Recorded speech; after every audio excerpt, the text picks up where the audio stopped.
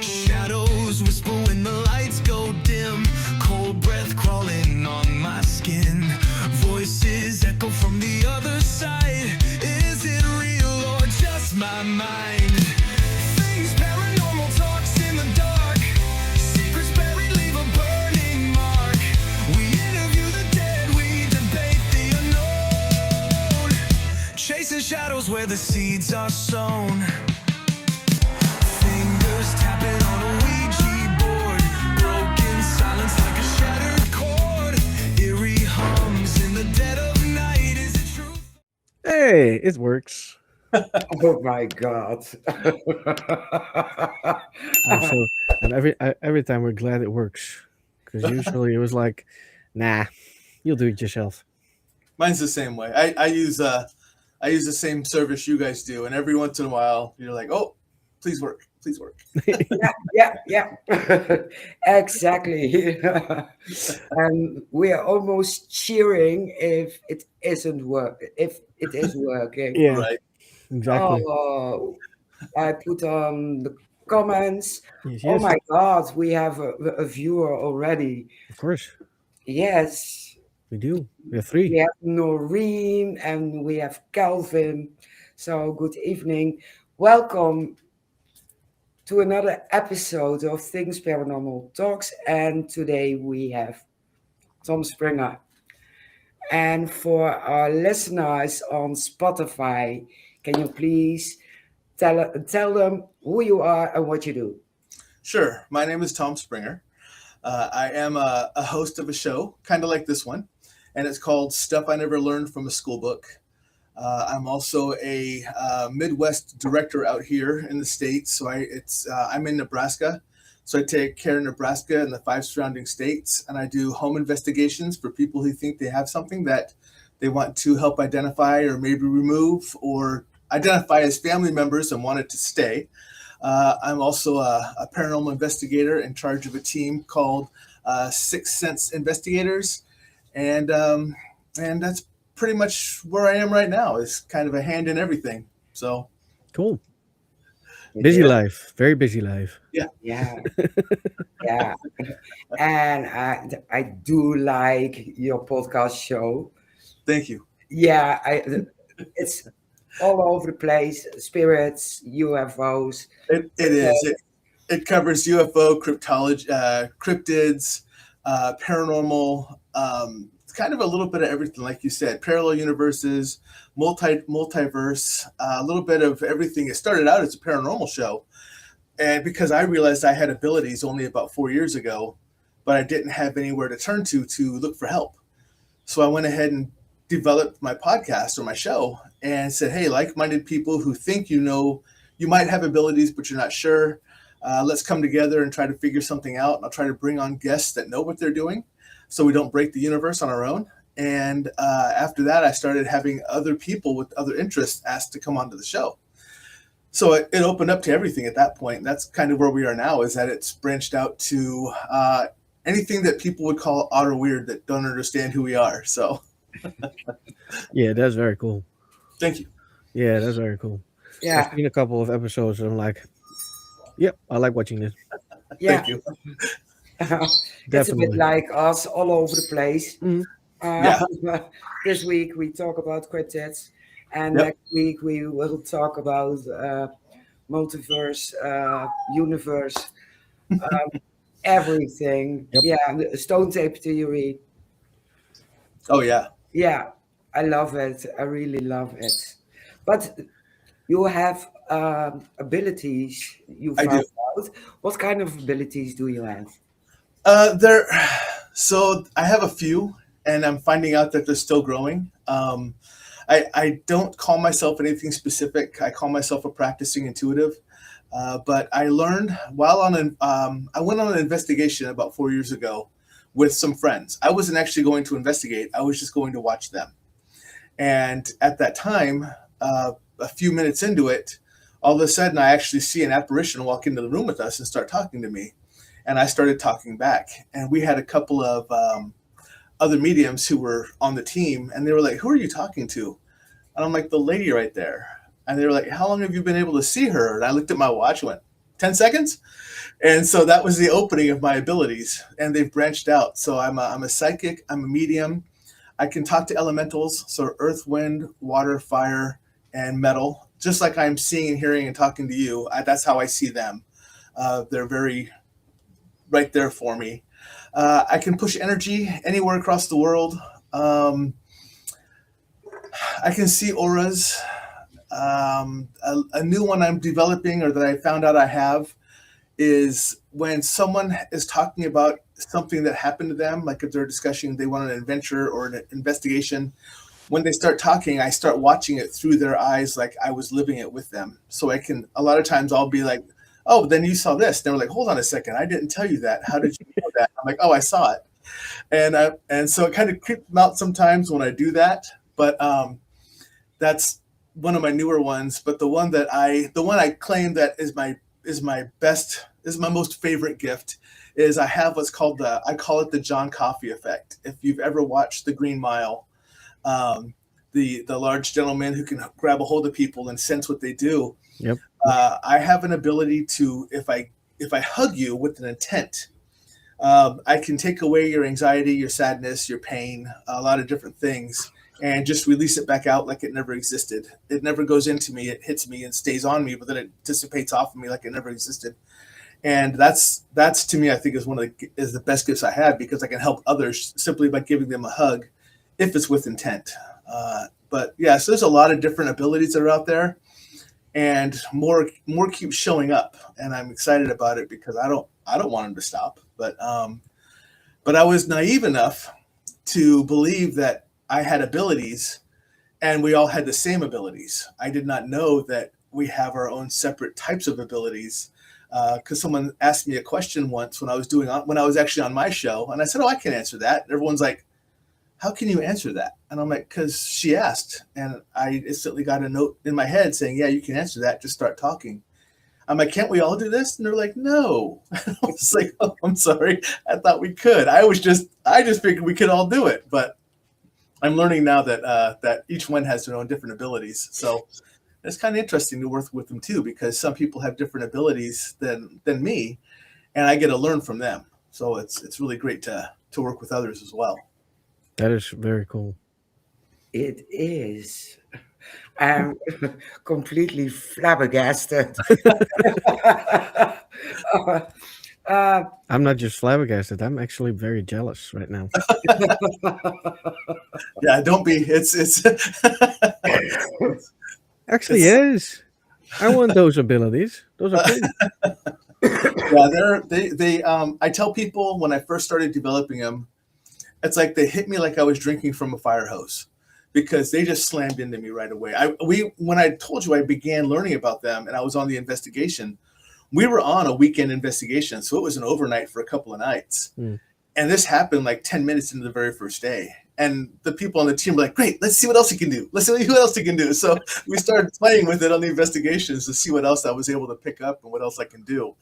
But not all of them hit at once. The main three that hit at once was my paranormal, my psychic, my mediumship, and my elemental capabilities. All the rest of them came afterwards, kind of piecemeal, one by one.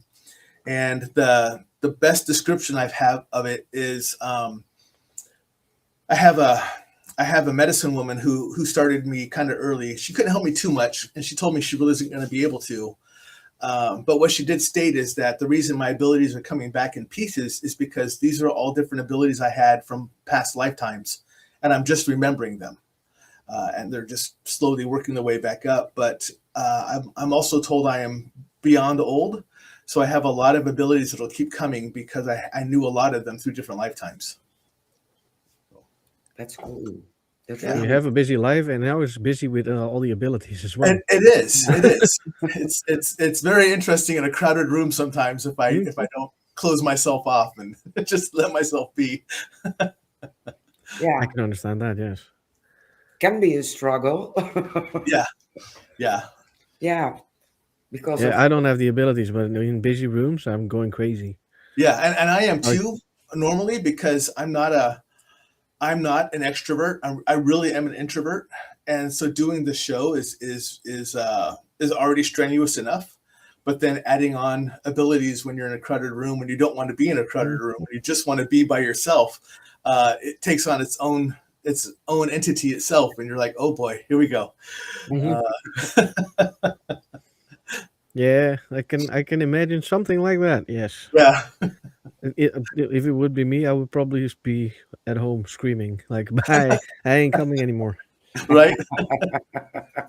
You will not see me." Mm-mm. Now I'm curious. You can talk to elementals. Yes, How do you hear them? Like we are talking, or I hear what? them. I hear them just like people. I see, hear, and talk to them just like people. Um, Elementals are very different, though. They do not have what we would consider a consciousness. They're designed to take care of the earth. That's it. People are in the way, is what I hear a lot of times. I'll give you an example. There was a location where we took down a lot of forestry to build homes, and one of the people I know was trying to build a home there, and they were trying to pour the concrete, and the concrete kept cracking for the foundation. And finally, they get a hold of me. They're like, "Tom, what's going on? I don't understand. I poured 3 different concrete foundations, and it won't stay." And so I focused on their property, and I'm like, "Oh, you have an earth elemental that is mad that you tore up that you took down everything that was environmental. They're not going to let you build here." And I said, "The only thing you can do first is to start planting your greenery, your shrubs, your trees, everything else that you're going to plant after you built the home. Plant those first, and they will understand that you're trying to help heal the earth. You're not just there to destroy it, but you're going to heal it back as well. And they'll let you pour your concrete." And they did that. They put in a handful of trees, and they put in a bunch of other stuff, and they poured the concrete, and it was perfectly fine. And he's like, "All right, that did the trick. How did you know?" And I go, "I'm literally listening to them talk to me. And I don't need to be next to them to hear them. I can also hear them from distance, from anywhere if I focus on it. So I just needed to focus on his property, and they spoke with me. And it was it's interesting how many times people have something come up and they instantly think spiritual, and it's actually elemental. Hmm. There's something that's going on, and they're just there was a friend of mine, excuse me, she moved into a new home, and it was actually my boss's daughter, and she moved into a new home right next to my boss, and it's in kind of a farmland outside of town, and someone had just moved into the house before that and tried to like straighten it up and to flip it to sell it really fast, but they didn't do a very good job, and they really tore up the basement bad. And she got in there, and she was very overwhelmed and very anxious, and she was just feeling like she was just being attacked.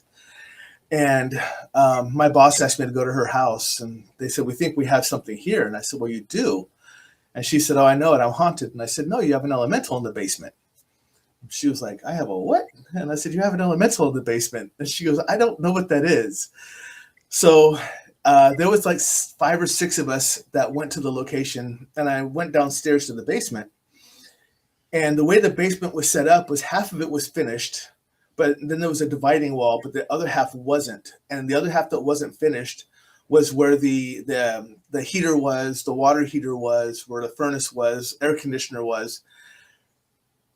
But I crossed through that doorway into that area, and I told everyone else, "Stay out here. Don't come in here with me. This is not good." And I had someone there that was videotaping with, trying to at least videotape through the door. And she goes, "Tom, I don't have any battery left."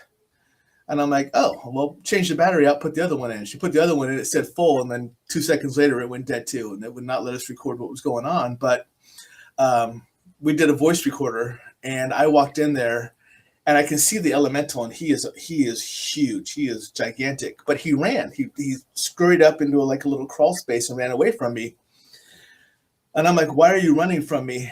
And he says, "Your essence is older than I am. I don't know who you are." So that kind of took me back, because that was the first time I've ever heard how old I was. we had a discussion. He was not happy. I call him a he because that's how I saw him. And at one point, rocks came flying at me, and I moved, and they went out. They threw the doorway into the other room, and they're like, "What happened?" I go, "He's mad at me, so he threw rocks at me, trying to get me to leave." And I had to have a discussion with him for about 20 minutes and explain to him the person who owned the house now is not the same person who fixed it up and just left it kind of in a mess. And the person who owns it now is very nice, and she's very much into nature and everything else. So we had to make an agreement that she would bring down plants, and she put plants down around the basement, and she planted some outside the window that you can see in the basement as well. And everything became very calm. And she says, "I don't feel the anxiousness anymore. We actually get along really well." And it really helps that she's a musician. She can play piano, she can play guitar, she can play harp, and it really likes the music. The elemental really likes the music, and it's very calming. So now they have a relationship that's very good. But at first she thought it was a haunting, and I had to explain to her, no, it wasn't. And that's what I get. I don't want to say a lot of people, but there are a handful of people that come across that they think is something it's not. Yeah. So, Yeah, we hear that a lot. yeah.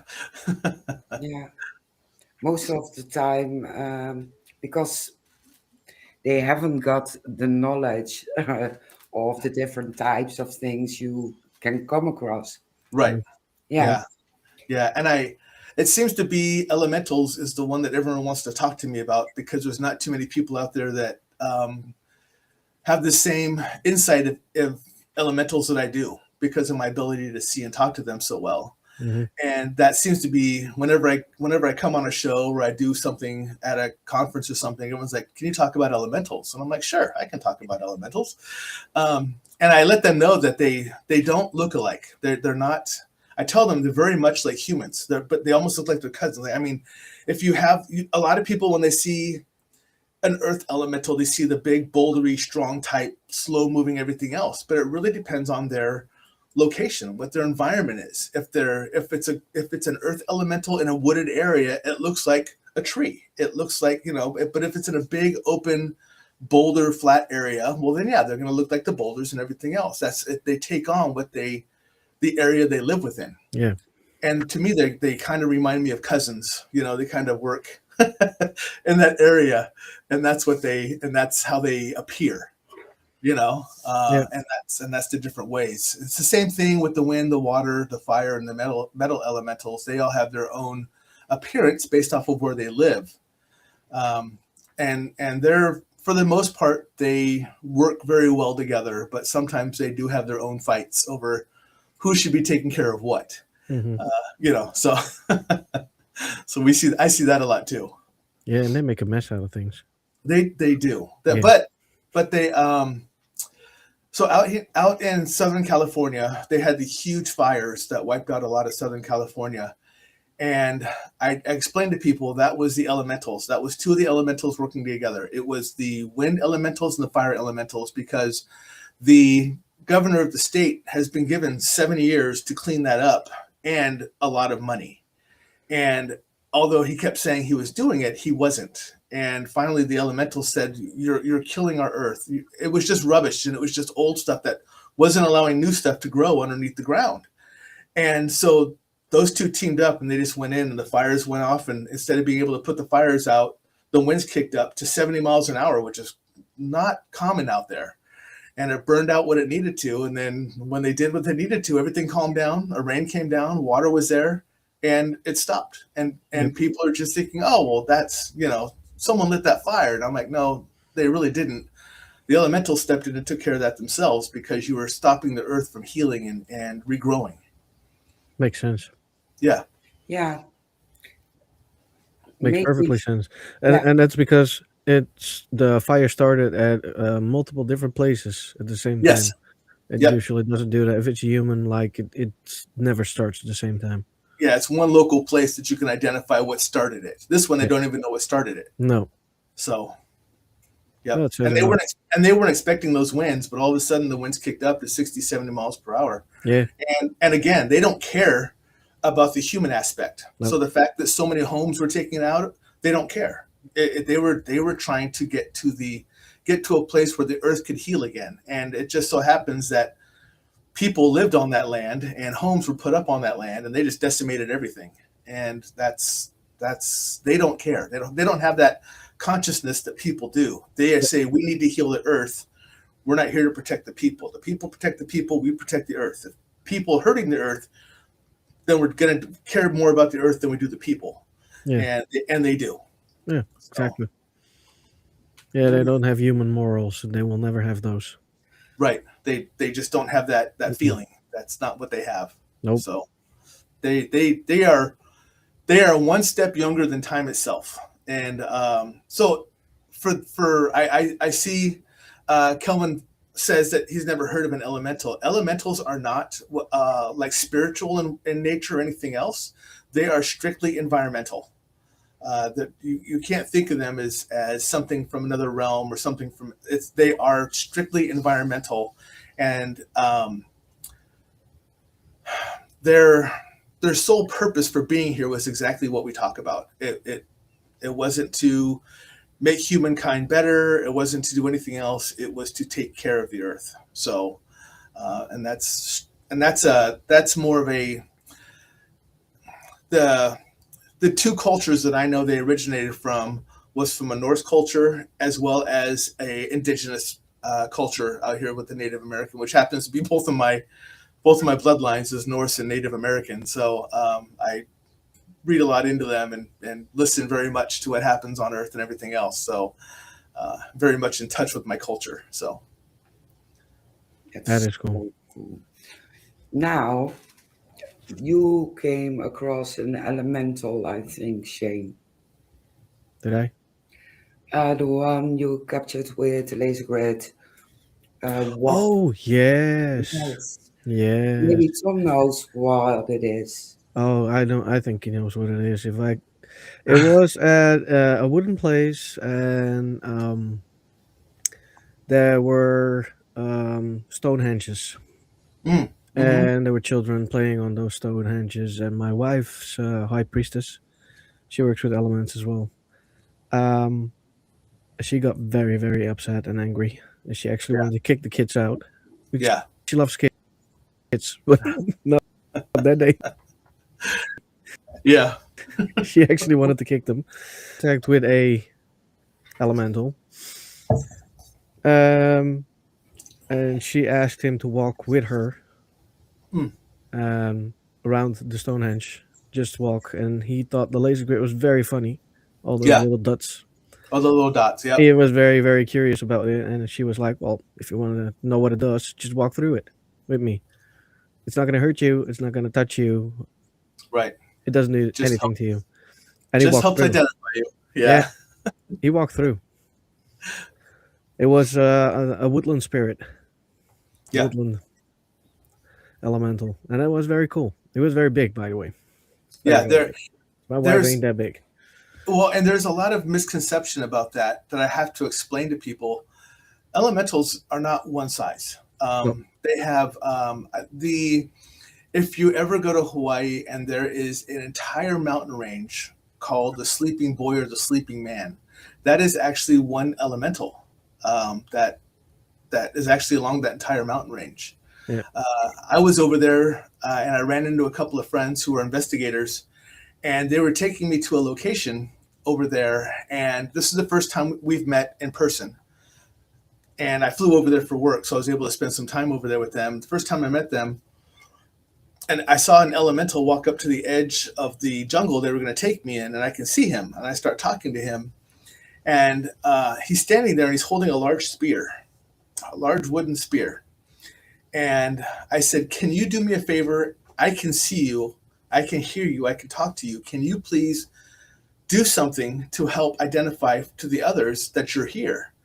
And the colors of the leaves at that area were very, very dark green. And all of a sudden you see this silhouette come out, and the leaves kind of turn like a bluish, like a totally different color than what's around them.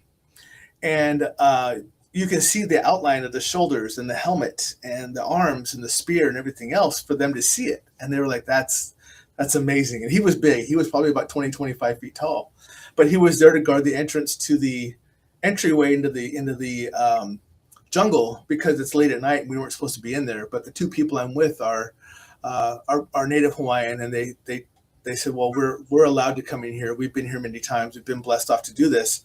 And so it actually stepped aside and let us walk in. Once we walked in, the wind went absolutely crazy. I mean, it was perfectly still when we got there. We started walking through the trees. The trees started blowing. Down on where we were was nothing, but the trees were blowing crazy. And they're like, what is this? It's almost like a static energy. And I said, this is the air elementals walking us to where we're going and keeping us protected. And they were like, I've never experienced anything like this the whole time we've been on the island. And then we get to a stream and the air stops, but the water picked up speed. And I'm like, well, the air elementals are gone. Now the water elementals are protecting us here along the stream. And they have never experienced anything. For me, it's kind of a daily occurrence. I live on a lake, so for me, it's kind of a daily occurrence. But for them, they couldn't believe what was happening around us because they've never experienced that before. And it was very interesting to see people react to that way when I'm just so used to it. I always have to remind myself that not everyone does this or sees this the way I do. So they do have a different feeling when it comes to them. Yeah, they do. Definitely. Yeah, absolutely. Kelvin just said, I have the picture because he had a picture of it. He sent it to me. If you want to see it, I can show it up. I put it up on the screen. Absolutely. Let me see. Where's it at? There it is. Let's see if you can see it.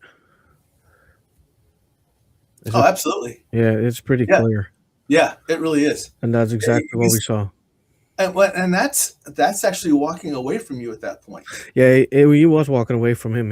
Kelvin was the one who shot that picture. He's one of my fellow former investigators. And this is the reason he went to me as an investigator to say, I got something on camera. Could you look at it? And that's how we got in contact. Yeah, it's actually walking away because you can see the shoulders and the arms going down. Yeah. The body. But do you know that you actually have something to the right as well? Yeah, right here. Yep. Yeah, I saw that. I think it's one and the same. It's the same, but it's a youngling. It's a young one. Yeah. It's not as old, and that so the age for them is very different. The one that's on the left is probably about 20 to 25,000, 30,000 years old. Wow. And the one on the right, the youngling, is maybe about 2,000 to 3,000 years old. Yeah.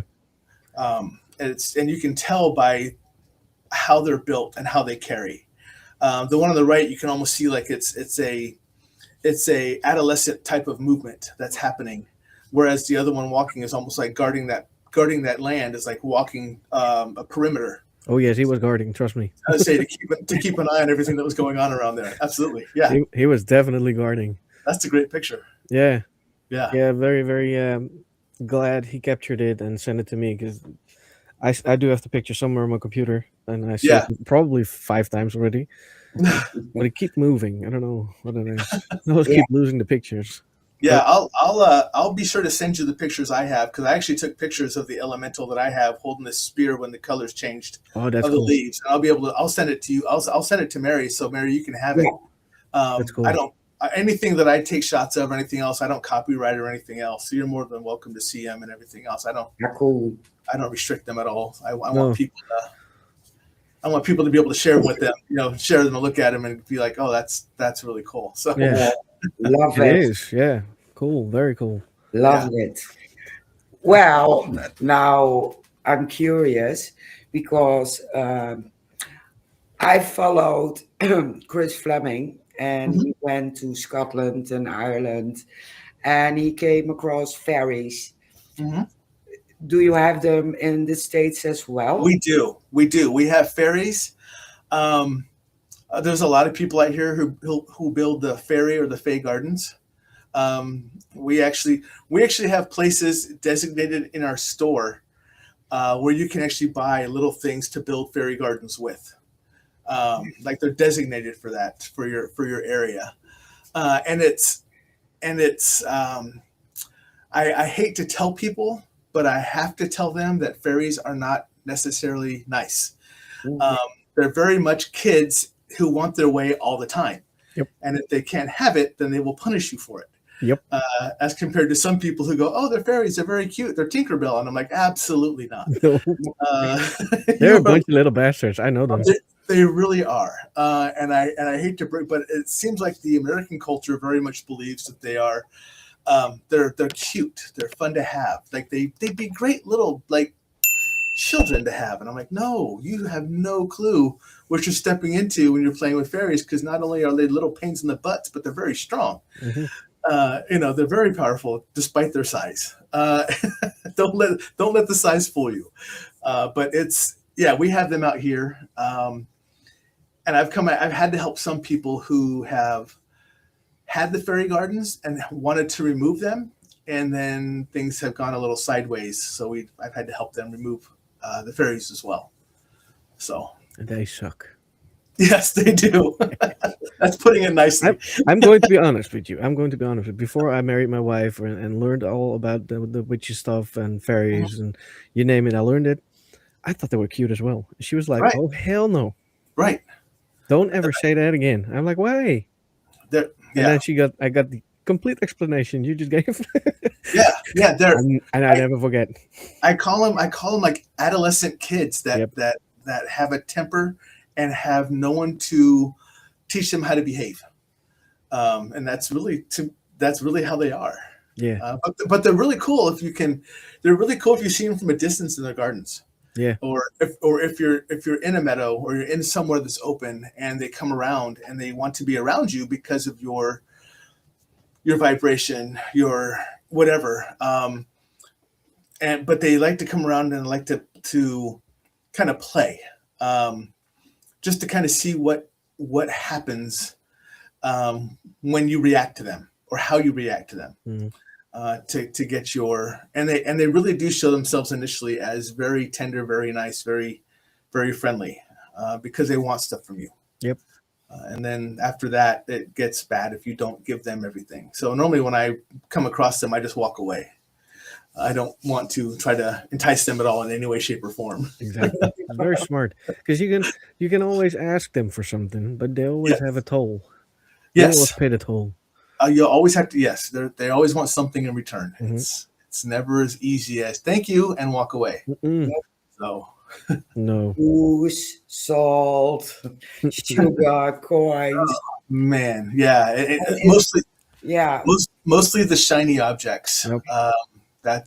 They very Yeah. much want. Yeah, tinsel, bells, reflectors. Spoons, surprisingly enough, they really like spoons because they like Rings, keys. they like the reflections. They like to play with the light and the reflections. Yep. And one of the big reasons for that is that a lot of people don't know is they like the shiny reflective things because that's where that's an easier way for them to go between the nether world and our world. It's instead of them having to use so much of their strength to do it, they can simply walk through those like a portal. Yeah. So they don't have to use their energy to do it. We're giving them the things to allow them to do it on their own, and they've learned how to use it very well. Yeah. Absolutely. They definitely do. Now I want a fairy garden. I want my ring back. You wish. Yeah, I lost 3 or 4, and they were on the side table, and I'm sure I put them down. Mm-hmm. The next morning, I woke up and they were gone. Nowhere to be found. Yeah, they take what they want. They don't ask permissions. So yeah. Exactly. Yep. Yeah. I'm still looking for my car keys. Nowhere to be found. Really? Fuck it. The cars are long gone. I mean, Yeah. I don't have the car anymore, but Absolutely amazing. I love it. I really do. they're a bunch of assholes. They are. Mhm. Absolutely.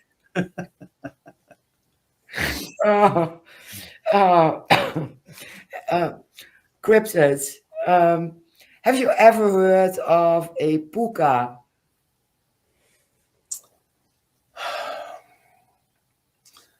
So puka is Hawaiian.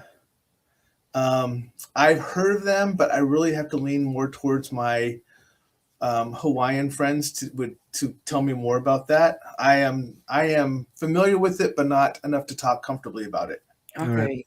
Okay. Unfortunately, I know a lot, but I don't know everything. Unfortunately, as much as I try, sometimes either my history or my spirit guides don't let me in on stuff. They just like, nope, that was not for you, and I'm like, okay. So Not the Yeah. time yet. I Right. came across an episode, and they were talking about a puka, and they were part of Irish folklore, Oh, okay. and they are kind of shapeshifters into animals, in Oh. goats, dogs, wolves. I don't know them as a name Puka, but I know them. I know them here in the States. We have them as dogmen or as even Wendigo have that ability. And I've dealt with them. They're not easy to deal with. They are unbelievably dangerous. One of I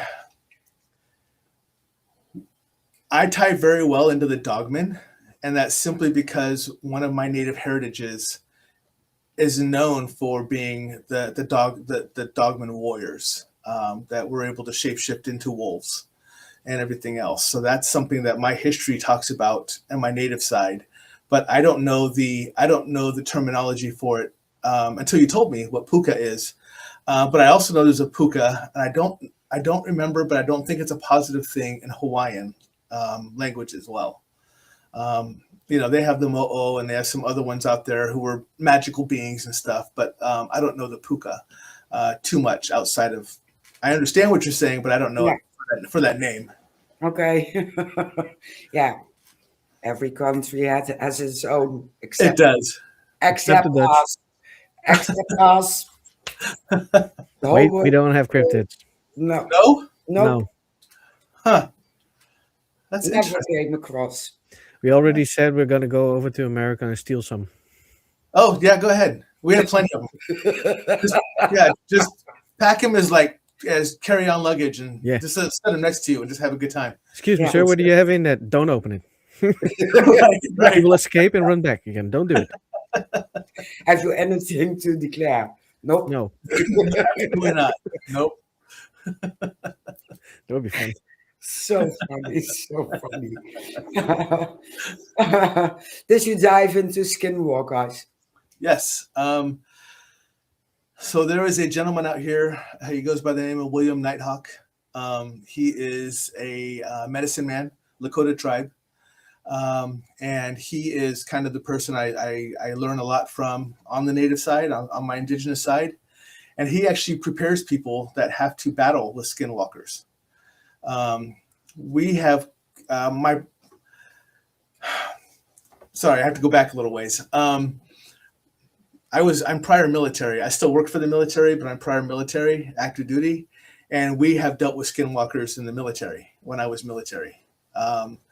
It was very interesting to tell my team not to go chase it because it will not survive.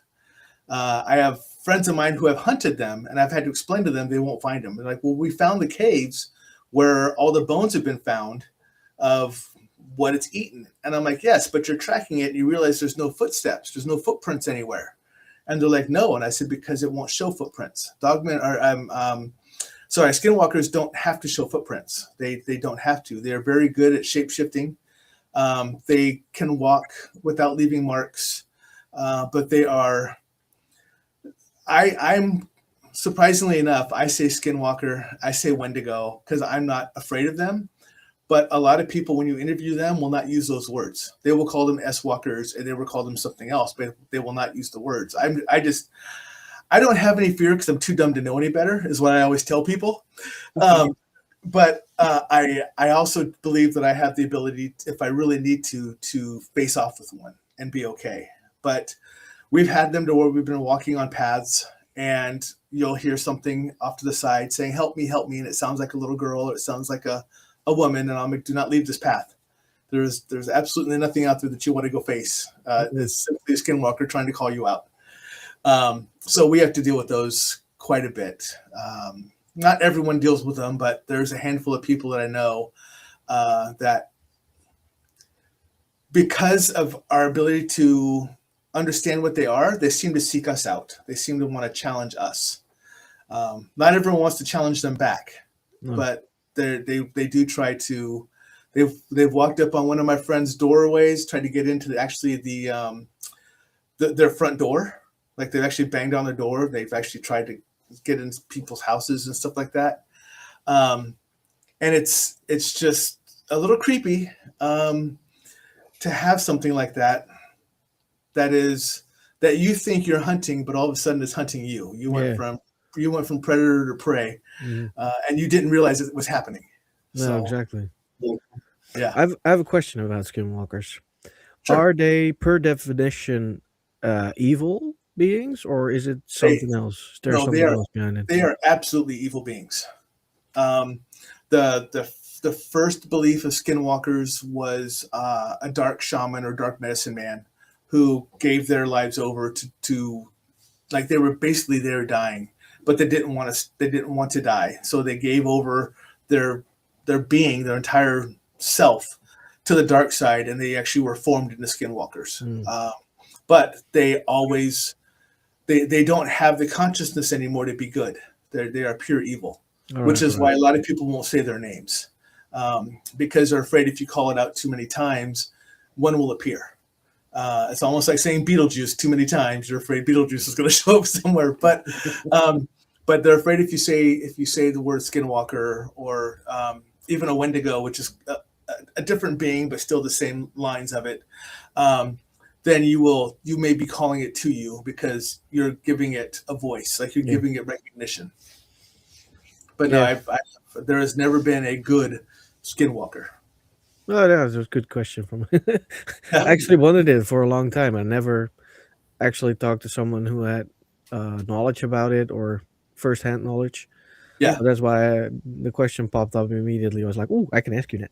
Yeah, you can. Yeah, and I'm one of those that I'll tell you anything I know. If I don't know it, I just won't tell you. No, If exactly. I do know it, I absolutely will. And but yes, that is definitely something that is very much feared, especially in the indigenous world. Yeah. They're the ones who are used to seeing them the most, and so that's what we deal with. Ah, there's one. I think it's called a cryptid, but there's one that fascinates me so much. Which I one? still have to learn about it a lot. Black-eyed kids. Oh yeah, Those black-eyed fascinate kids. me very much. So there's a discussion between those if they are cryptids or if they're actually from the if they are alien. Yeah. The black-eyed kids are not good either. No. There are no nice black-eyed kids. Nope. They'll walk up on your car and they'll knock on your window and ask for help, and you do not roll that window down. You do not open up that door. Black-eyed kids are not good. And there's still the discussion between extraterrestrial or cryptid. It's still a gray area. Yeah, because I heard a lot about the fact that they saw black-eyed children, and the same night they saw something fly through the air that's not and then supposed they to be see there. something. Yeah. Right. Yep. And so that's the big discussion. Yeah. So I worked with the lady out here. I had her on my show a couple times. I've talked with her a handful of times, and she's a friend of mine out here. Her name is Christy Peterson. If you don't know who Christy is one of the foremost respected extraterrestrial knowledge people by NASA. They actually go to her and ask questions and everything else because she talks about the fact that she has a hybrid child. She's been abducted a handful of times, and she actually has a hybrid child, and she gets brought back to the ship every once in a while to heal her child because her child is part alien, part human. But the alien side does not have basically a soul. It does not have love. It does not know that.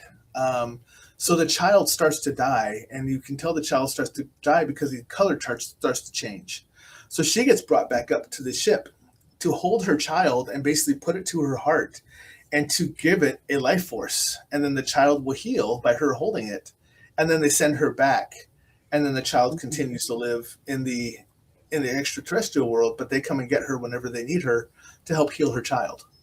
And And those aren't the black-eyed kids, but there's just so many different things out there like that. But the black-eyed kids, I believe, are extraterrestrial. I believe they are. I believe they come to test us to see how strong we really are. How strong is the human race? Yeah. How much can we withstand? How much are we? How gullible are we? I think they take our kindness as a weakness, and they test us through that way. Yeah. That does make a lot of sense, because usually when a kid knocks on a window or door asking for help, we will help. Yeah. They're going to answer. Yeah. So they put us in the most vulnerable thing that we know, which is a child or an animal. They don't do animals, but our three most vulnerable that we seem to help the most are animals, children, and the elderly. Yeah. Yeah. So anything like outside of that, we're like, you're on your own. But those three we have a tendency to lean and have more empathy for. So those are the ones we'll help more. True. Makes sense. I have to learn so much about those. I have to read so much, because, like I said, they intrigue me. I don't know why, but it just does. Yeah. I've heard so many stories. Like, I want to know what they are. Yeah. Yeah. Yeah. So you also mentioned the paranormal team you have. Yes. How do you combine your gifts, cryptids, and the paranormal? So it's very odd because my gifts run through the entire gambit. I see, hear, and talk to elementals, like I say, and a lot of people would consider those cryptids. They're not, they're environmental, but that's the closest thing to a cryptid that some people understand, outside of like Loch Ness Monster and stuff like that. But my paranormal side, I can pick up on energy from people, or they walk in on me, but I can, we use a lot of equipment out here to investigate, but my best equipment is me. And my equipment I use is for others to see what I'm feeling, seeing, hearing, whatever else. And the other side of that, which is even more strange, apparently to a lot of people, but to me it's kind of normal. When I am hearing spirit in this realm, in the human realm, it's in my head. I can hear you talk in my head. And some other mediums or psychics that are around us will hear the same thing. But when I start talking to, I'm going to call them people from other dimensions, it resonates through my shoulders. So I know if I'm talking to something in this realm, in this dimension, or something else. And that was a very interesting thing to happen, because the very first time I heard it, I was trying to help a friend kind of help develop her powers back again, her abilities again that she had shut down since she was little. And I had something come to me, and it was in another dimension. And she said, tell this person to go to another room and listen for my voice. I will project. And I said, fantastic. And everyone was like, wait, what are you talking about? And I said, this person came through to me. She sounds female to me. And she's one. They're like, well, we didn't hear it. And then I heard her again, and she goes, they can't, because I'm not in your realm. I'm not in your dimension. Only you can hear me. And that's the first time I ever heard anybody from another realm, another dimension. All of a sudden, I'm like, I can hear people in other dimensions? And they were like, wait, what? And I was like, that's what I'm being told, which is why you can't hear them. They were very skeptical. They did not let the person go by herself because they were afraid that it was a setup. And I'm like, no, because the feeling is different. If it was here and it was something trying to set her up to trap her to be by her own, I'd feel it in my head. But the shoulders is totally different, and it runs all the way across my shoulders when I hear that. And it has a tendency that nobody else hears that, which to me was kind of cool, but it was very odd the first few times it happened. So my abilities kind of run through all of them, and I use them in all different ways that I'm capable of. And it seems like when I learned to see auras, I did not know I can see auras until I was sitting with a couple of people after a show, and one of them said, hey, can you see auras? And instantly a voice told me yes, and I was able to see her aura. And I go, yeah. And hers just appeared like that, like out of nowhere. And she was like, you can see auras? And I go, yeah. She goes, how long have you been able to see auras? I said, since you asked. And that seems to be how I find out my abilities, because a person came on my show and she was watching me from Indonesia. And she asked my entire audience, she's like, hey, I have a question for anybody who can answer this. Can someone please help me? When I walk around, I feel like something's with me and I'm afraid of it. Can anyone tell me what it is? And everyone's like, no, you're halfway across the world. And I'm like, I know what it is. And she's like, what? because a voice came to me and said, yes, you know what this is. Tell her what it is. And so I explained to her, I said, when you walk around these places, it's places that you used to walk. I even described one. I said, you walk down this wonderful cobblestone walkway right next to a river, very small river, but it's like a stream river. And you're walking by almost like a shopping area, but one of them is an ice cream parlor with the little white tables and chairs outside that you can sit in and enjoy the people walking by and everything else. She said, absolutely. And I said, that's where you used to walk by with your dad, and he would stop and get ice cream. I go, when you're walking by those places, you feel that energy. That's literally your dad taking your hand and walking you by. And she's like, every single place that I feel is when my dad would hold my hand. And so that was just identifying that's what it was. And they're like, how did you know? And I'm like, I can see him walking her. And they're like, you can see him. I'm like, she's describing it. I'm watching it through her eyes. And I can tell, and I described him. And she's like, that's my dad. And I'm like, well, that's your dad. That's what I'm telling you. So, but those are the way my abilities kind of show up. I'm self-proclaimed lazy when it comes to trying to develop my abilities. I don't meditate. I don't really do anything.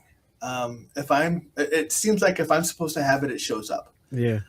And it's I feel kind of bad because I am that way compared to other people that have to work at it. But on the other hand, I'm really happy because I don't have to work at it. So I think the reason behind it is because, well, like you said, you have many lives before this, and all those abilities were yours already.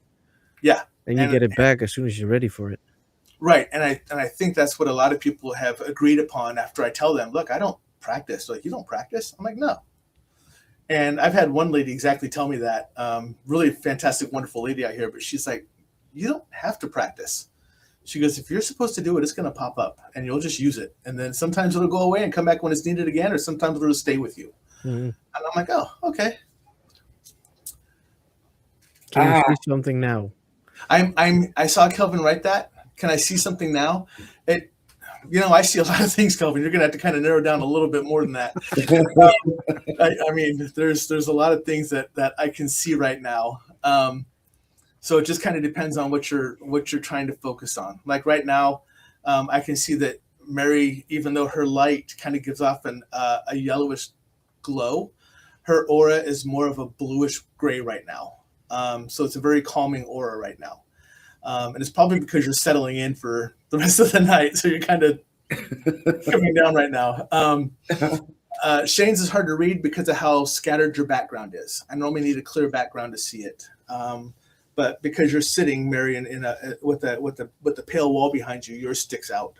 Yours actually right now is 3 layers deep. You have one aura that is your essence, your aura. And then you have your kind of your mood auras that go out from there, and they'll flex on how far out or in they go. And that's really your vibration that's pushing in or out. And that's something you can control as well if you want to. You just want to identify how far you can push it out, or if you want to just draw it into yourself. I always have to draw mine in when I go on investigations, because we realized if I'm just working and I'm not paying attention, my abilities overwhelm the others and it gives them headaches and they can't work. So I really have to pull mine back in to kind of just keep them to me and not bumping everybody else. Yeah, I do the same. Otherwise, I can't leave the house. And can't do shoppings because I feel all negativity, all the pains, everything. Yeah. So in the evening, I let go. And So that may be why you're blue-gray right now, because you're just comfortable where you're at and you're just kind of in your own element right now. And it's just kind of, that's your calming. That's your calming. But your blue is first and then your gray is next. So that kind of blends into that to where it's just going to happen like that. So cool. It is. And Kelvin asked, by Shane or Mary? Now the answer is yes. Mary actually has something with her. It's not an attachment at all, but it's something that's in your home. It's a loved one that's in your home, and you know this. Yeah. And it's something that, and at first when you said, I want my ring back, I was like, oh, that, and they instantly told me, no, I didn't take the ring. It wasn't me. And I was like, okay. Shane, the same thing with your keys. I can pick up something that you don't have anything specifically in your home that stays there the whole time, and that's because of your wife. She does not allow it. Um, but every once in a while, something will try to peek in, and like those little bastards, the fairies we talked about, they will make their way in and steal stuff from you. They have from her as well. Um, but yeah, for Mary, you actually have something that's there. It's a loved one that's always Yeah. there, and that's also a calming effect to you because you talk to this person. You It's like you're holding conversation sometimes. You're just like, here's how my day went, Yeah. type of thing. So yeah, Like a lunatic, I'm talking to myself. I do the same thing. I work in a government building that used to build World War II aircraft, and the test flights happened there as well. And at one point, one of the planes crashed into the building I'm in. So when I walk into the building in the morning, I always go, "Hey guys, how y'all doing?" And they'll let me know that they're there sometimes, but I always know where they're at. Yeah. A lot of it is just residual energy, but some of it is intelligent energy. It just depends on who's in my area at the time that I'm talking to. Yeah. So yeah, To answer Calvin, no, it's not my mom. no, No, she's still alive. But it's my grandma. I say it is a female though. Yep, I say it Yeah. is a female. So yep. So it's funny too how many times you straighten that lotus flower that's up behind your shoulder. Um, that one right behind you. So yeah, that one. Yeah. I have them all over. But so that's what I'm seeing is like that lotus flower emblem that you always have to kind of straighten. That just Yeah, and I have one on my back, and it's a memorial tattoo. oh, okay. Yeah, and I made it with some different colors, and of all the earth that goes into the water, Mhm. beautiful flowers will bloom. Absolutely. So many died in a couple of years, so therefore my aunt, my brother, and my grandma. Yeah. Yep. Yeah. Yeah. And but your grandma's the one who's there the most though. Yes, she is. I can Yeah. smell her food. Yeah. I'm Yeah. in bed and I smell the food. And it's funny because when you smell the food is when the other ones show up. Because that's where the other ones are doing the same thing. They're like, oh, she's cooking. And they're recognizing. So yeah, that's Yeah. when you'll have the most amount of activity is when you're actually smelling the food. Yeah. So yeah, that's pretty cool. It is. It is. Very cool. Yeah. Yeah, the lady, there's one lady who I talk to regularly and she watches my show. She's a pianist and she's a very accomplished pianist. But she had abilities but was very afraid of them and would not open up to them. And it scared her to death. So she started contacting me saying, "Hey, I'm very afraid of this." So I taught her how to use them. And I had to tell her because she said lights would flicker when she'd start to play. And I had to tell her when you start playing, that's when you're the most open. That's when you're the most free. And that's when everything else gets drawn into you.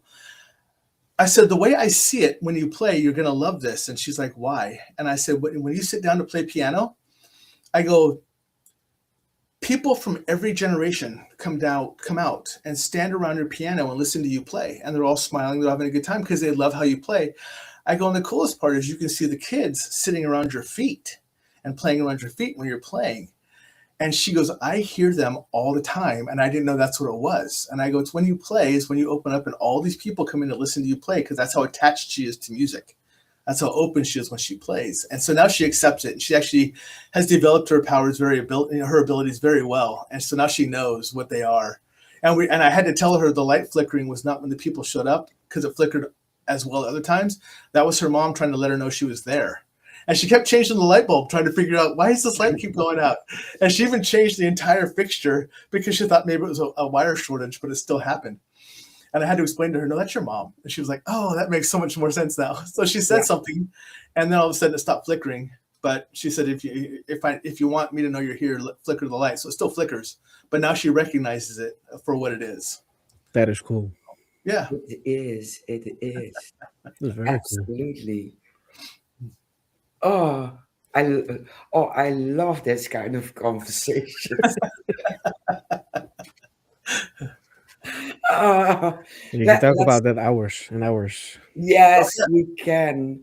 That's why I don't have a limit on my show. I used to belong to a network, and I had to stop being part of a network because the network limited me to an hour. And I said, I can't let my audience just talk for an hour, or I can't let people ask me when I do what I call the open mic night, when people can come on and ask me questions. I Yeah. said, I can't limit it to an hour because that's restricting, and people want to talk longer. And I want them to talk longer, or Yeah. they have more questions than I can fit into an hour.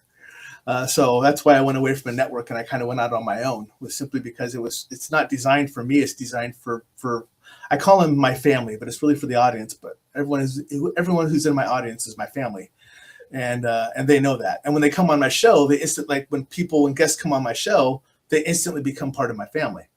Yeah. And so I don't restrict anybody to an hour because I can't. It's not fair. So, and that's how I run the show over here. So. Yeah.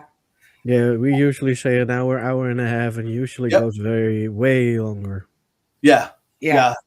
Yeah. It My does. my longest show was I don't know if you know who do you know who Andrea Perrin is? Yeah. I heard about Okay. it. Yeah. So Andrea Perrin was original, for the people who don't, she was the original live little girl in the Conjuring house that lived there when all the hauntings took place. And I had one of her friends say, "Hey, Tom, I can get Andrea Perrin on your show. Would you like that?" I had no idea who she was. And I went, "Sure." And she's like, "You don't seem very excited." I'm like, "I don't know who she is." And she's like, "Wait, what?" And I was like, "I don't know who I don't." And it's funny because I've been doing this for 4 years, but I'm naive enough that I still don't know a lot of people.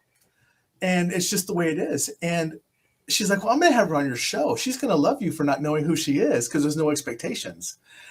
And the night before the show, the lady calls me. She goes, "Hey, Andrea wants to call you. Is that okay?" And I said, "Absolutely." I said, she can call me. And she calls me. Is it okay to cuss on here? Yeah, sure. Because she calls me and I go, "Hi, Andrea." And she goes, "Oh my fucking God, I love you." And I went, "Well, okay, hello." And she's like, "I think you and I," "I already feel like you and I are related." And so we started talking, and she goes, I wanted to talk to you before the show to get to know who you are." She goes, "But as soon as you started talking, I already know I love you." And I said, "I have to tell you something. I don't know if this person told you this or not, who set me up with you." I go, "I have no idea who you are."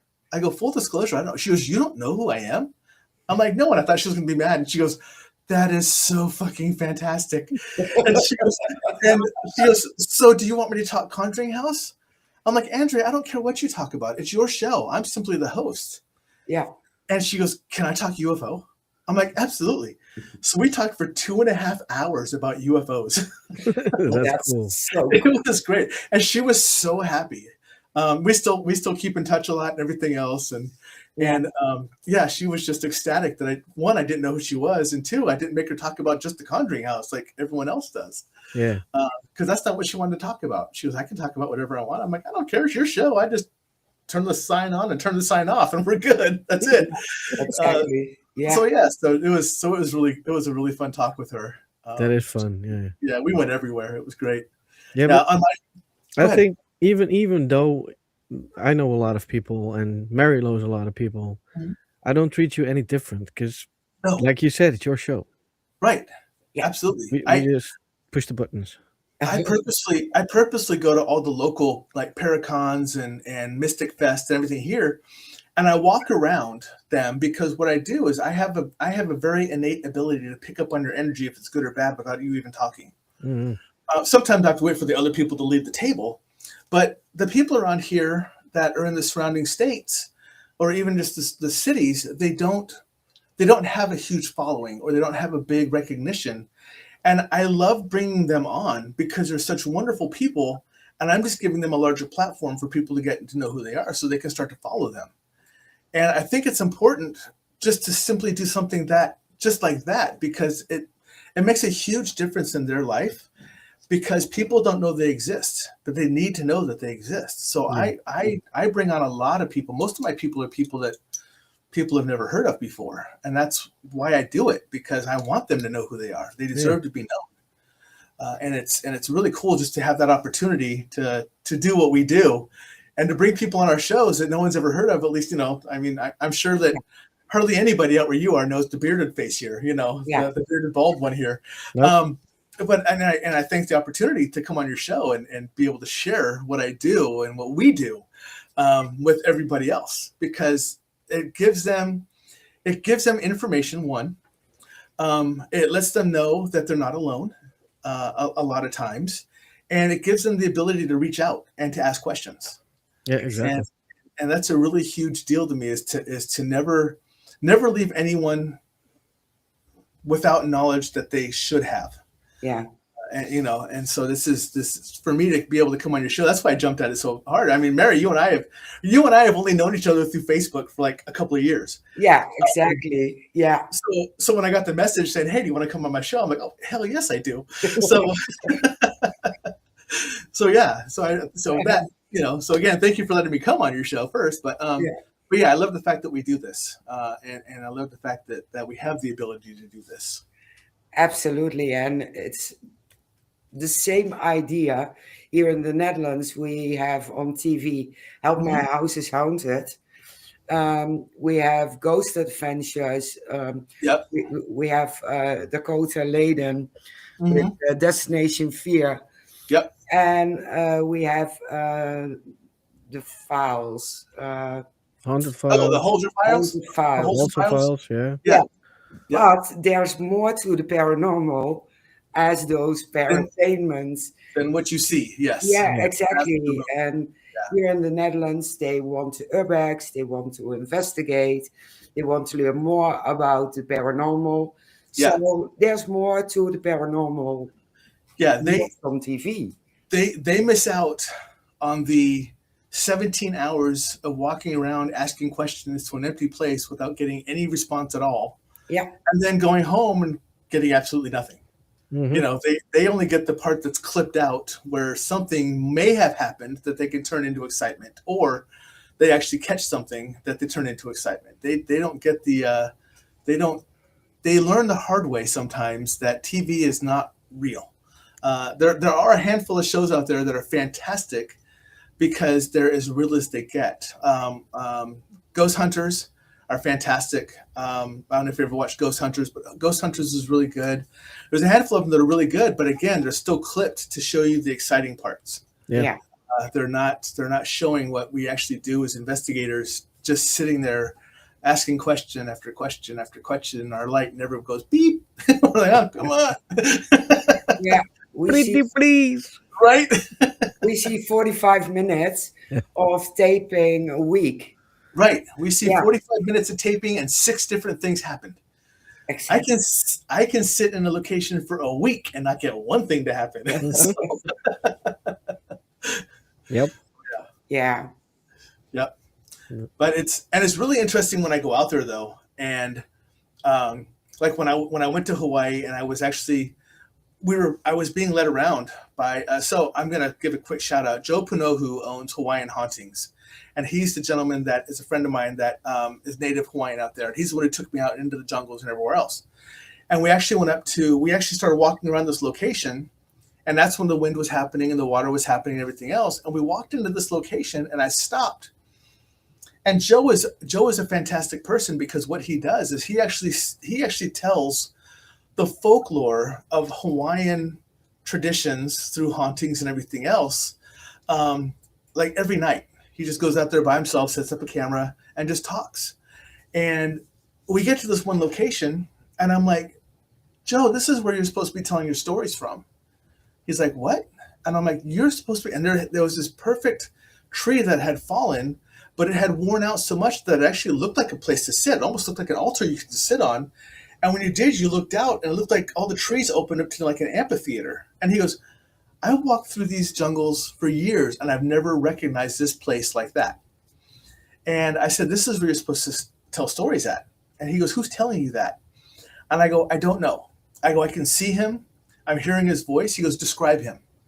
And I said, he's big. I go, he's 6'2", 6'3", very big. He's native Hawaiian, and he's in black and yellow feathers, and he has a big headdress on. And he stopped, and he's like, you're hearing King Kamehameha's voice tell me where to do my stories from. The king of Hawaii from way back when that helped, establish Hawaii from. He goes, you're hearing him tell me where to tell stories from. I'm like, absolutely. He goes, did you know that was him? I go, I have no clue. He goes, that's who's talking to you right now. And then to add to it, if you looked across where the water was, we were able to watch along a ridge line, and we can see the fire torches of like the Hawaiian warriors. And so it was really cool just to kind of take that in out of nowhere and have that kind of experience that we weren't expecting at all. We were just taking a walk. They were just showing me around. And then all of a sudden we're sharing these experiences together out of the blue. So it was very cool. So That is amazing. yeah. Love it. See? That's why I'm jealous. I don't see those things. Luckily my job takes me all over the place. So Oh, lucky you. Yeah. I've gone to Germany, I've gone to Italy, I've gone to Hawaii, I've gone to Poland. So it kind of sends me all over the place, which is really nice that I get to do the travel. And even here in the States, like I'm really excited because in a couple of months I'm going to go to South Carolina, and I have friends out there who I'm going to investigate a night with because they have all the old slave plantations, the slave areas and stuff like that, the plantation grounds. And there's a couple of them that are really active. So even though I'm out there for work, I'm going to be able to take some of my equipment and go investigate while I'm out there at work. So it'll be really nice to do that. It just makes the next day at work really hard because I'm normally out till like 1, 2 o'clock in the morning, and I got to turn around, get up again to go to work. But it's worth it. It's definitely worth it. Yeah. Yeah, we always say sleep is for the weak. It is. I'll sleep when I'm dead. Mm-hmm. So, Exactly. Yep. Then I can sleep all I want. Exactly. Unless I'm busy haunting someone, there's always that. Well, now you're mentioning, maybe I should haunt someone. If I'm dead, Yeah. I will haunt someone. Oh, I'm pretty sure I will. Yeah. I think I have a list. Mm-hmm. So I just wanted to say the same thing. I don't think I have a list. I have a list. oh, I have a list. For sure. It's gonna be fun. It's maybe not having residual discussed- whatsoever. right. Mm-mm. Absolutely. But you're gonna do something when you're haunting them that they're instantly gonna go, that's Shane. I know that Shane. Yeah. Yeah. I will tell them up front. If I do something like that, it's me. It's me. Yeah. Yeah. Definitely. Yeah. I've had that when my brother passed. My brother passed, and he said, well, what do you want me to show up as to let you know it's me? And I told him a certain kind of butterfly, which doesn't exist here in the state of Nebraska. And he passed, and now I see them all the time. So I know that's him. That is cool. Yeah. It was so cool. Yeah. Absolutely. I had one incident, and my windows aren't that far open that feathers can come in. But one afternoon, I came upstairs, and there was a big black feather on my bed. No clue. That is cool. Set that one there. So Cool. yeah, that was interesting. Yeah. And I still have the feather. Yeah, I have 4 feathers that I found, all like they were almost like fanned out. But the interesting part, they were sitting on the ground next to each other. There's 4 feathers, but they're from 4 different birds. They were not the same bird at all. And I was like, I'm just going to pick these up and take these with me. So I did, and I still have them. I don't know what they were from or who they were from, but I know they were set there for me to see because they were perfectly fanned out. I mean, it was just like 4 that sat like this, but they were all different birds. So, Cool. okay. That's really Yeah, cool. that definitely meant for you. Yeah, absolutely. You won't find things like that normally. So No. Normally you'll find a fan of the turkey feathers out here, something got a hold of it or something else. But I've never had 4 feathers, different feathers, sitting right next to each other like that. So I picked them up, took a picture of them, and kept them with me. So Yeah, nice. Very nice. Yeah. absolutely nice. Let me think. You've been to a lot of locations. I have, yes. Yes, and now I have a question. which I Sure. never ask. I Is like those there questions. any location which you were really fun to go to and was really disappointing? Um, my disappointment was a very well-known home, but I have to accept it as a disappointment, not because not because of what it was, but because it didn't produce the results I wanted. It's the Villisca Axe Murder House out here. Oh, Um, it's very close to me. It's just a couple hours away, so we drove there about an hour and a half, 2 hours away, and we went there to investigate during the middle of the day, and we were kind of left alone. There was no one else there, so we walked around and we did some recordings, and we really got nothing. It was very, very quiet. But I think that is partially my fault, as well as the location. Because I am not a shy, quiet person, I am quite vociferous, and a lot of my energy comes out. I think I may have intimidated them, the family that was there. And sometimes that happens to me. Sometimes I will close a location down because they don't know how to deal with my energy. And that's what I felt there is the family was very quiet. It was kind of intimidated by this larger full beard guy walking in, just being able to hear them, and they didn't want me to hear them. I think if I go back again, I think they'll remember me and that we were kind and we were nice, and I think we'll get more results. Mhm. As far as the fun ones go, I'm a little strange when it comes to the fun ones. I like the standard. I go to places, I get cool recordings, everything else. But I also like the ones where we kind of get into a little bit of trouble and we kind of have to pull ourselves out of trouble. We went to one location where there was a handful of us around there, and we actually had one of our mediums. She was not supposed to go under, but she went under. She got jumped, and she went under. And something was in her, and it was challenging us, and it said, well, I want you. And it was looking at one of our one of our other people that were there with us, one of our investigators, and she goes, me, and it turned right at me and looked at me, and her eyes were solid black, and she said, no, him. And she looked right at me, and I was like, okay, let's go. So again, too dumb to know any better. So I took it from her and I trapped it. I took it from her. I actually let it crawl up into my arm, and I trapped it right here in my arm so it couldn't come to my heart. That's never where you want it to go. This is control central. So I trapped it in my arm. I took it outside, and I put my hand in the ground. I pushed it back out onto the ground so it wasn't in the house anymore. And then I had to go to her, and I had to help clear her. And I had to do that with a hug. I grabbed a hold of her, and when she went outside to throw up, and she threw up the black bile and everything else and stuff like that.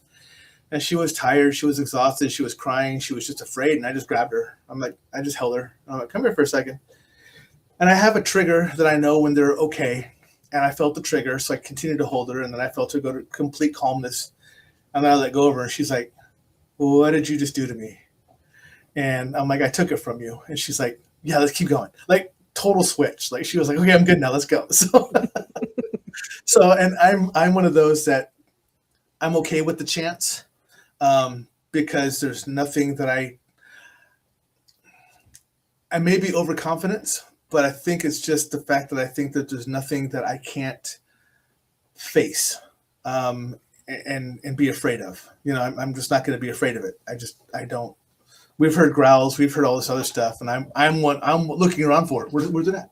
Where's it at? Instead of going, nope, time to go. I'm like, nope, where's it at? So. That's the spirit. I like that. Yeah, my close place around here that we investigate is a place called Malvern Manor, and it's over here in Malvern, Iowa. And it is a switch between day and night. During the day, we can take people or people can go, and it's very calm. You'll still get action. You'll still get interaction. But at night, it flips. It goes very dark, so to speak. There was a person that we used to be on a team with, and he says, we weren't there at the time, but he was in one of the rooms, and they were hunkering down for the night. He was in his sleeping bag and he was in his cot, and something picked him up. He's about 320 pounds. He's a big guy. And something just picked him up with the sleeping bag out of his cot and slammed him onto the ground. He went outside and slept in the truck the rest of the night. He's like, nope, we're done. Good night. Yeah, but that's one of the places that's close, really close to us, and we'll go investigate that more often than anything else. But there's a lot of really unknown places around here, or they're just local that have that people talk about, and that's what we're going to start checking out next. Is a lot of the local ones around here. Cool. So, yeah, That's really, really cool. Yeah, I like it. I Me want too. those locations. Yeah. one's a cemetery. One is a cemetery. One is a school that's still an active school that we just found out about, but they have a lot of things that happen there. We've been told we're allowed to go in there and investigate it. Oh, And then couple of other ones are homes that are in the area. There's one location that's not too far from us. My old boss lives next to it, and it's one I haven't been able to get to yet because it's on private property, and I just really don't want to get shot yet. So I have to kind of plan it out properly when I know he's gone. But there's an Indian chief burial ground out there that was marked, and it's a very old one. But as people started moving east to west, a Christian settlement did not like the fact that there was an Indian chief buried there, so they built a church right on top of it. So that's one I want to go investigate to see what that energy's like. I don't think the energy is going to like the fact that there's a church on his head. I don't think so either. And it's still there. It's completely abandoned and run down, but the building is still there. So I want to I go. wonder why it's run down. Yeah, I know, weird, but but yeah, I want to go to that location as well. Yeah, I can understand that. That's very interesting. why don't we have that much interesting locations here? We do. We're just not allowed to go there. Oh, that's the problem. Well, we're not allowed either. We just stumble into them. Yeah, it doesn't work here. No. No. As soon as somebody sees you, Yeah. you're fucked. And it's always people living around it, so Yeah. they see everything. I don't know how they do it, but they have eyes everywhere. Yeah. And as soon as you walk up to the building already, police are coming. Yeah. There's a handful of places like that here. And I'm still curious enough to try it. So I mean, worst case scenario is to tell me go away, and I'm like, okay, bye. So Yeah, here they'll take you. uh, They book you, no problem. Yeah. then they would get to know me very well. They would know me by first name. So Well, they some policemen here in the area know me by name, but I am not surprised by that for some reason. I'm very sweet. Hold on, let me show you my shocked face. No, that didn't work. No, I haven't got a mugshot. Not yet. No. Well, we are going to talk a bit more in the back. Okay. But for Spotify, we are closing this one down. Yes. And I'm going to ask if you are willing to come back. Absolutely. Absolutely. There's so much more we haven't covered yet that we can go into. We can go into multi-dimension paranormal. We haven't even talked about Bigfoot, Yeti, and Sasquatch yet, which are all three different beings. By the way, they are not the same thing. But yes, we can cover all that and go into so much more as well. So That would be absolutely. cool. Yeah, that would be amazing. That's so Yeah, a lot of fun. Yes, it is.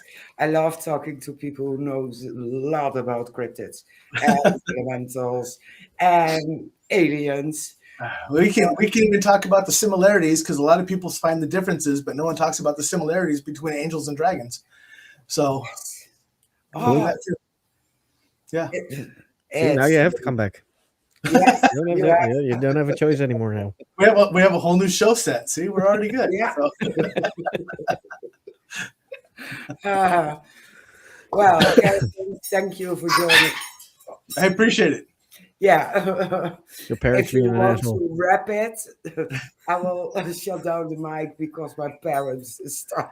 If you want to click everybody in the back, I will. Thank you, everybody. Appreciate it. Bye See ya. bye. See you.